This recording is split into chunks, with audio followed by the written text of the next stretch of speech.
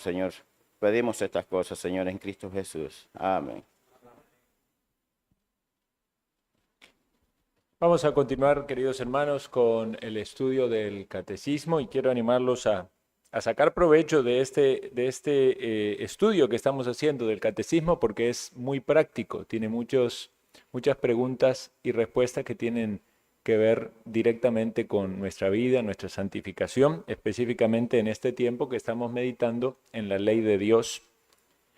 Y vamos por el séptimo mandamiento. Entonces vamos a leer la pregunta número 77. Hoy terminamos este séptimo mandamiento.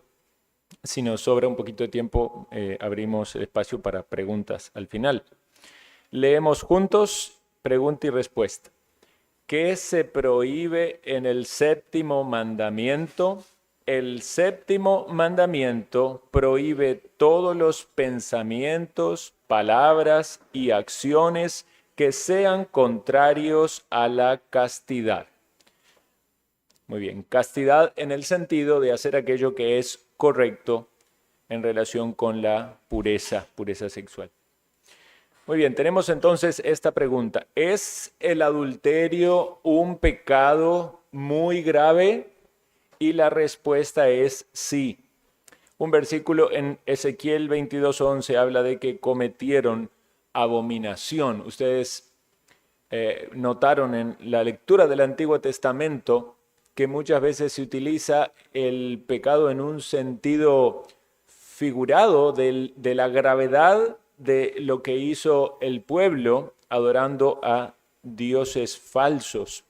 Entonces, ciertamente es grave el adulterio en el sentido del pecado sexual y también lo es grave en el sentido del adulterio espiritual. Ahora, apuntando al acto en sí del cuerpo, dice, ¿es malgastar el cuerpo? Y la respuesta es sí.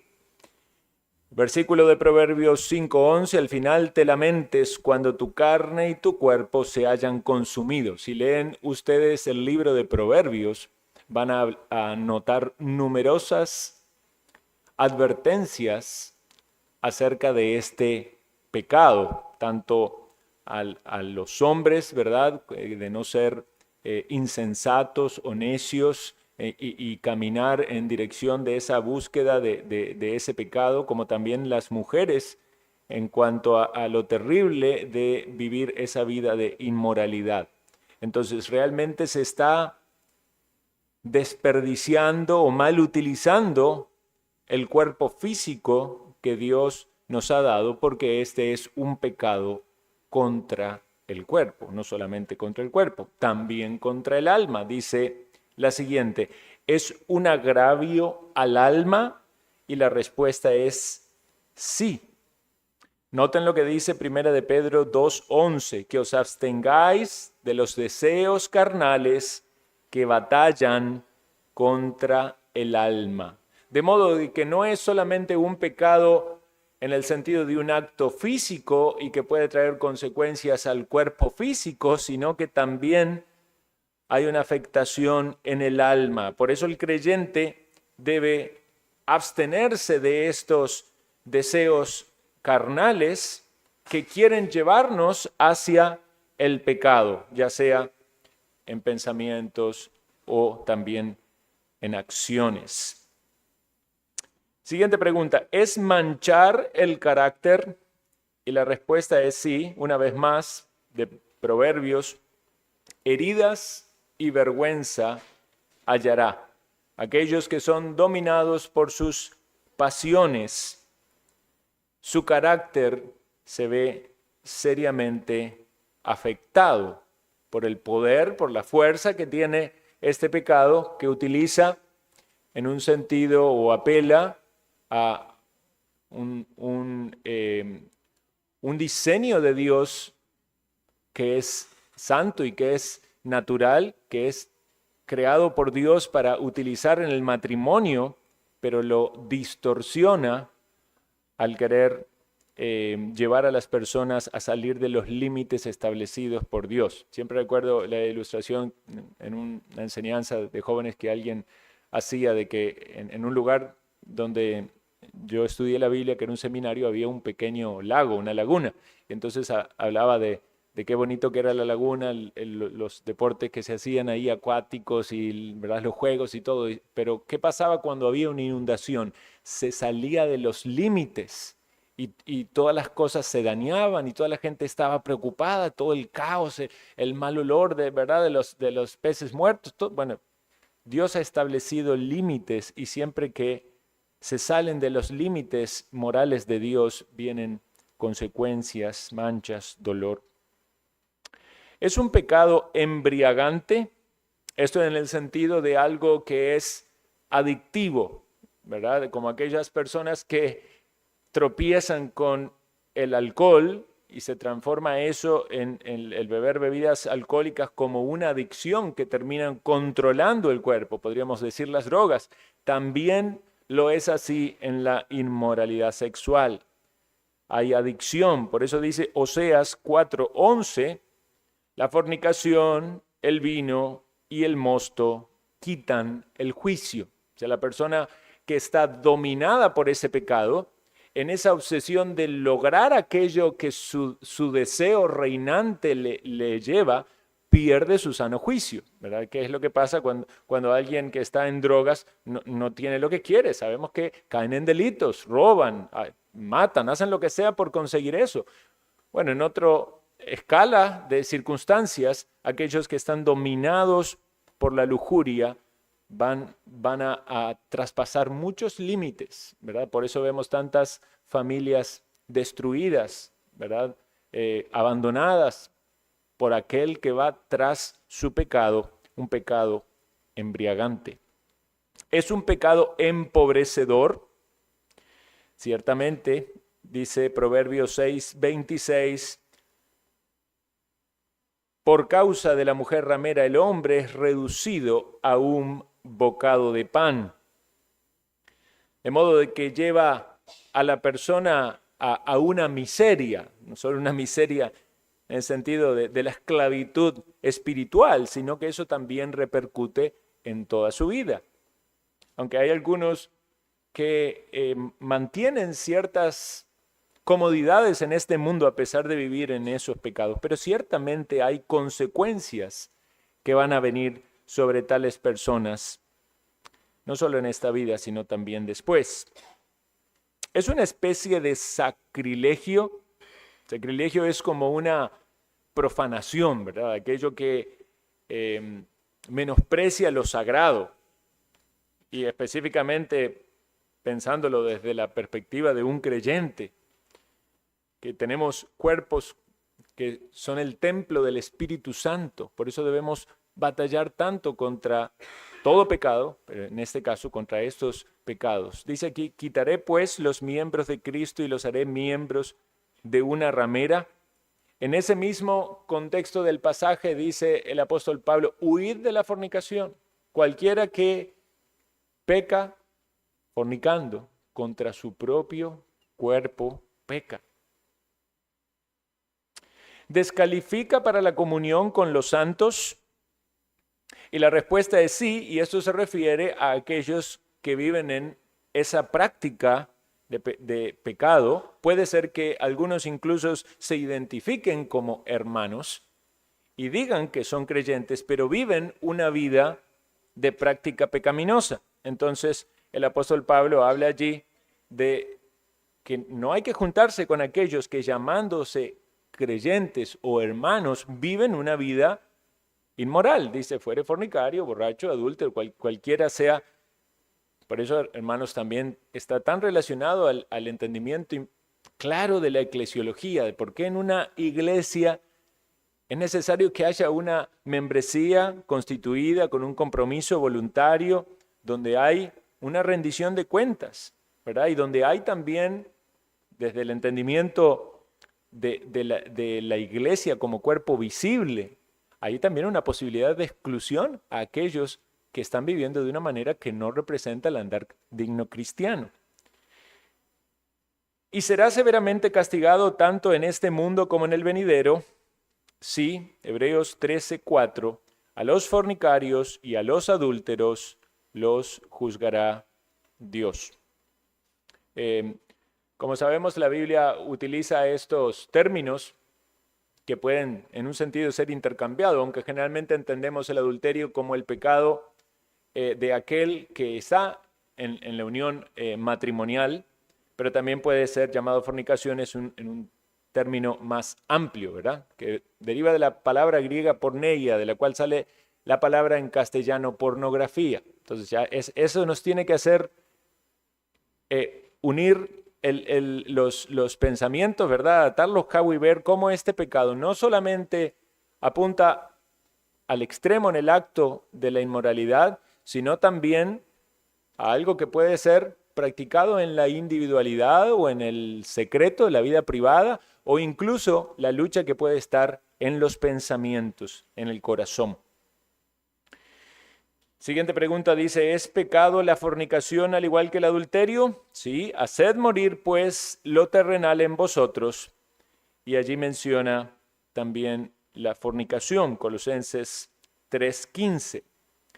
¿Es pecado el incesto al igual que el adulterio? Como ustedes saben, el incesto tiene que ver con el pecado sexual en el caso de parientes o familiares. Y esto lo tenemos en la ley de Dios. Levítico 18, todo ese capítulo trata acerca de eso, con bastante especificidad. Nadie debe acercarse a un pariente próximo, y esta es la manera en la que se expresa en el lenguaje bíblico para descubrir su desnudez, a referirse a la relación íntima. ¿Es pecado la poligamia al igual que el adulterio? Y la respuesta es sí. Malaquías 2:15, no los hizo uno, habiendo en él abundancia de espíritu. Sabemos que muchos en la Biblia tuvieron muchas esposas, pero no fue ese el plan de Dios. Dios hizo al hombre y a la mujer, y al hombre le dio su mujer, y era para que esa unión matrimonial representara una unión en intimidad y espiritual mucho más gloriosa, que es la unión de Cristo con su iglesia. Entonces, la poligamia es pecado. ¿Y toda clase de impureza? Sí, fornicación y toda inmundicia o avaricia, ni aun se nombre entre vosotros. ¿Son pecados los deseos inmundos? Noten cómo lo hemos mencionado muchas veces en el estudio de los mandamientos, y es muy importante siempre recalcarlo para no caer en una especie de legalismo que juzga a aquellos que están en ciertos pecados, cuando uno puede estar participando en los mismos en distinta escala o medida. Por eso no solo hablamos del adulterio en el acto propio carnal, sino también en los deseos que puede haber en el corazón, en los pensamientos. Haced morir las pasiones desordenadas, los malos deseos. Sabemos que hay tentaciones, sabemos que esas tentaciones pueden aparecer como malos deseos, pero debemos reconocerlos inmediatamente, que brotan de nuestro corazón. No pensemos que son externos, aunque ciertamente las tentaciones pueden venir exteriormente, pero los pecados brotan del corazón humano. El mal está en nuestro corazón, ¿verdad? Nacen del corazón. Puede ser que respondan a estímulos externos, pero salen del corazón y debemos hacerlo morir. Esta es la práctica de la mortificación del pecado, la cual el creyente es llamado día con día para vivir como al Señor le agrada. ¿Son pecaminosas las reflexiones inmundas? Esto tiene que ver tanto con pensamientos como también pueden ser palabras o conversaciones. Ezequiel 23:19, aumentó sus fornicaciones, acordándose de los días de su juventud.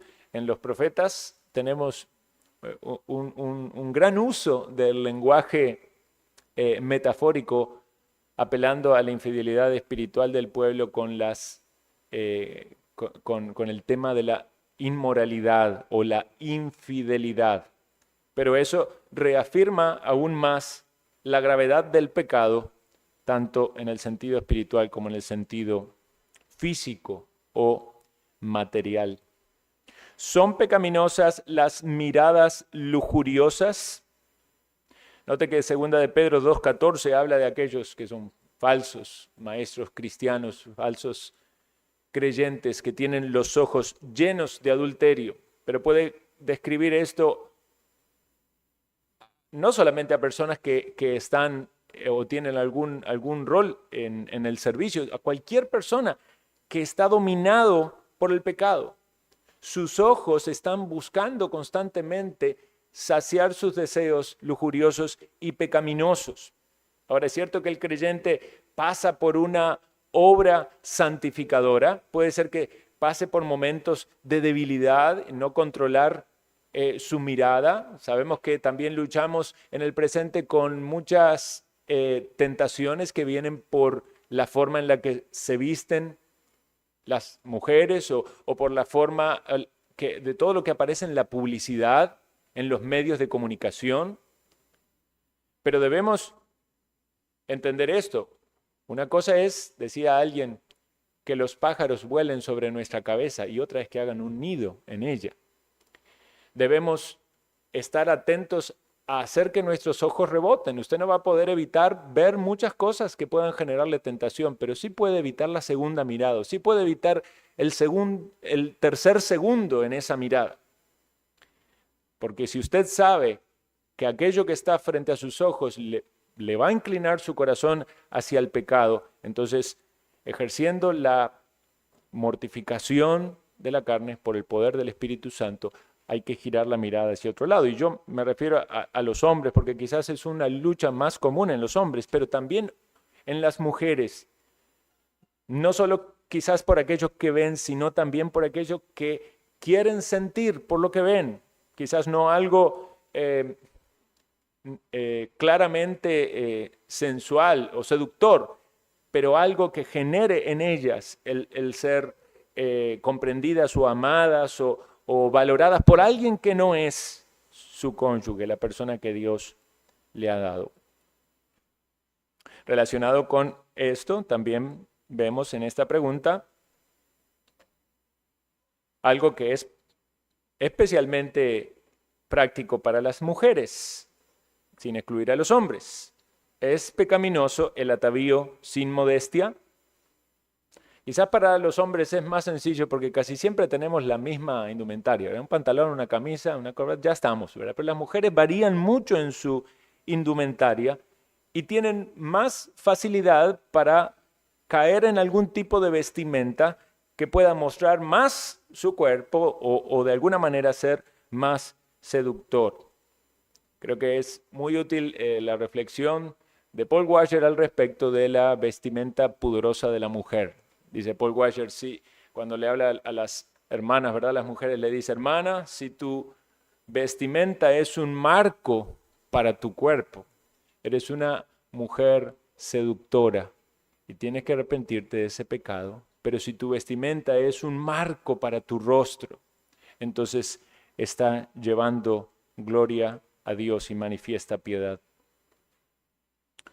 También los hombres deben cuidar de esto en algún punto, porque también hoy en día se ve a muchos hombres queriendo utilizar su vestimenta, su cuerpo para seducir, especialmente en el mundo. ¿Son pecaminosas las palabras obscenas? Noten que no solo nos referimos a actos puntuales en sí, a miradas, cosas del corazón, también al habla. Palabras deshonestas, necedades, justo el texto no lo dice, pero truhanerías o cosas con doble sentido. Y quizás muchos de ustedes que están en ambientes seculares, rodeados de personas impías, posiblemente escuchen eso con mucha frecuencia. Es una lucha también para ustedes en su alma, en su espíritu, en sus pensamientos. Ustedes manténganse aparte de eso, aléjense de eso y no participen en esas cosas, porque esas cosas tienden hacia el quebranto de este séptimo mandamiento. ¿Son pecaminosas las acciones lascivas? La respuesta es sí, y habla Romanos 1:26 de pasiones vergonzosas. Es terrible, hermanos, lo que pasa en este mundo después de la caída. Quizás algunos de ustedes en estos últimos días han visto las noticias, han escuchado algo sobre los archivos de Epstein y de todas las inmoralidades que se cometieron en esa isla y seguramente muchas cosas terribles, aberrantes, que siguen pasando en este mundo y de las cuales no tenemos conocimiento. Es terrible la maldad del corazón humano y todos somos potencialmente malvados, hermanos. Pero vemos este declive moral tan grande, tan aberrante, que nos tiene que llevar a buscar a Dios con mucho más temor, a tener pasión también para compartir el Evangelio, porque es lo único que puede rescatar a las personas de la gran esclavitud que el enemigo, nuestro enemigo, el enemigo de nuestras almas, tiene muchos esclavizados y también en el pecado. Y dice la última pregunta, ¿y la intemperancia? Dijimos que esto es falta de templanza o falta de dominio. Y holgazanería, que conducen a ello, es decir, vinculado con la pregunta anterior, también esta falta de templanza o la holgazanería, el no estar activo en lo que se supone que debe hacer, el estar ocioso, como dijimos también la reunión pasada, todo esto son acciones pecaminosas que afectan más y más a aquellos que están seducidos por este tipo de pecado. Noten, la Escritura nos habla acerca de la maldad de Sodoma, del problema de la ociosidad. Lo dice en Ezequiel 16, 49, 50. Una vez más, esa frase siempre es útil, lo mencionamos, pero vale la pena repetirlo. Recuerdan que David tropezó, cayó en el pecado por estar ocioso y no estar haciendo lo que debía hacer. Alguien dijo así: mente vacía, oficina de Satanás. La mente tiene que estar llena de las cosas santas y puras y no darle lugar al diablo. Hermanos, este mandamiento es sumamente práctico y creo que cada persona puede decir que en alguna medida la lucha contra esto en pensamientos, en emociones, en acciones, es muy frecuente. Y si usted dice, no, esto no es para mí, aún usted debe estar capacitado y entrenado para también guiar a otros y animar a otros a hacer lo que es correcto delante de Dios. Vamos entonces a finalizar repitiendo la pregunta y también la respuesta, todos juntos. ¿Qué se prohíbe en el séptimo mandamiento? El séptimo mandamiento prohíbe todos los pensamientos, palabras y acciones que sean contrarios a la castidad. Muy bien, tenemos unos minutitos. Si alguien tiene alguna pregunta, levante su mano, le van a pasar el micrófono. Si alguien quiere hacer alguna pregunta al respecto.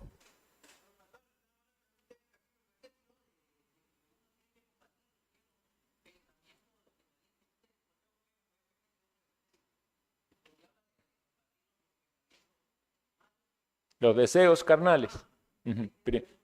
Primera de Pedro, ya se lo digo. Vamos a buscarlo. Primera de Pedro 2:11. Que os abstengáis de los deseos carnales que batallan contra el alma. Así debe ser. Amén. ¿Alguien tiene alguna pregunta sobre este tema?